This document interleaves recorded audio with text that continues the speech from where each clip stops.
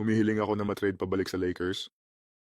Gusto kong maglaro kasama sina LeBron at Luka dahil ang team na ito ng Mavs ay talagang walang kwenta. Hindi ko kayang manalo kasama ang team na ito at namimiss ko ang Los Angeles. Nakakabagot na lungsod ang Dallas. Ngayon ko naiintindihan kung bakit mas gusto ni Luka ang LA kaysa sa Dallas. Nico Harrison, ikaw na malit na ahas. Ano bang pinasok mo sa akin? Literal na ako lang, isang laos na Clay Bumson at isang grupo ng mga G-Leaguers.